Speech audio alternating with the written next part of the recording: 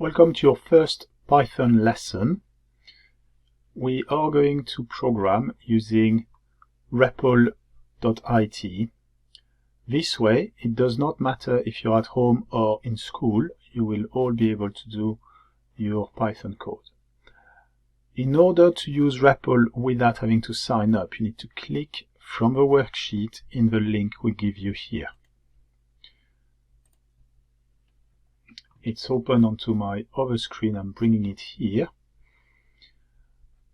On the left, we type our code, we click run,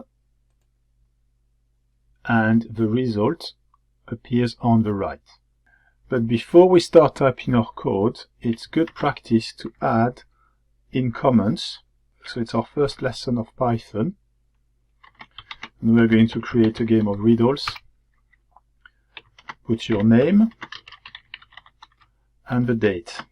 We are going to store the correct answer in a variable called correct answer. Notice how there is no space between the word correct and answer.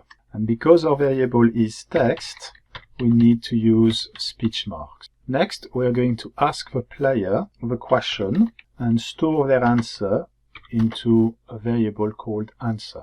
To do that, we use the input function, which is going to ask the question, and that question will be stored in the variable answer. What we now need to do is to compare their answer with correct answer. We do that using the keyword if.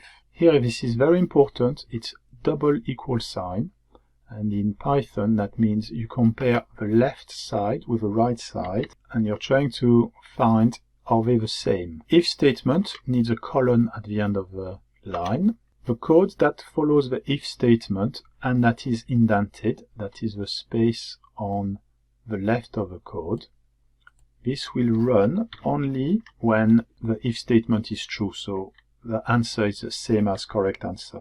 And we're going to display on the screen, well done.